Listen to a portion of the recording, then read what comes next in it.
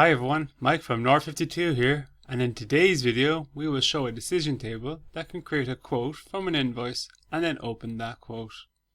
So the business requirement for this scenario is as follows. A button needs to be added to the invoice form to trigger the formula. For the given invoice header, the formula must create a quote header. The formula must also loop over all the invoice line items and create quote line items attached to the previously created quote header record. To understand how this is done, the decision table can be broken into three sections: create quote sheet, create quote details, and open quote. So let's look at the create quote sheet first. So this sheet will create the quote using invoice fields.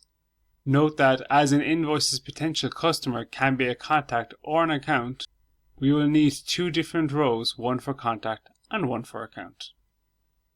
So now let's look at the quote details. So this sheet will create the quote details from the invoice details. It will loop over all the invoice products and create an equivalent quote detail. There are two types of product, existing or write-in, so we will need a row for each. And finally, the open quote sheet.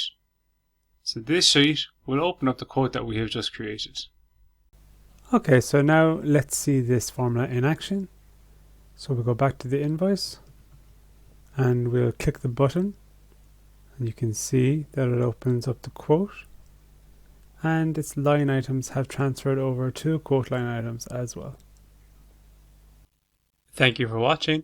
And if you have any questions about how Nord52 can help your organization, please get in touch. Also, please subscribe to our YouTube channel by clicking the subscribe button.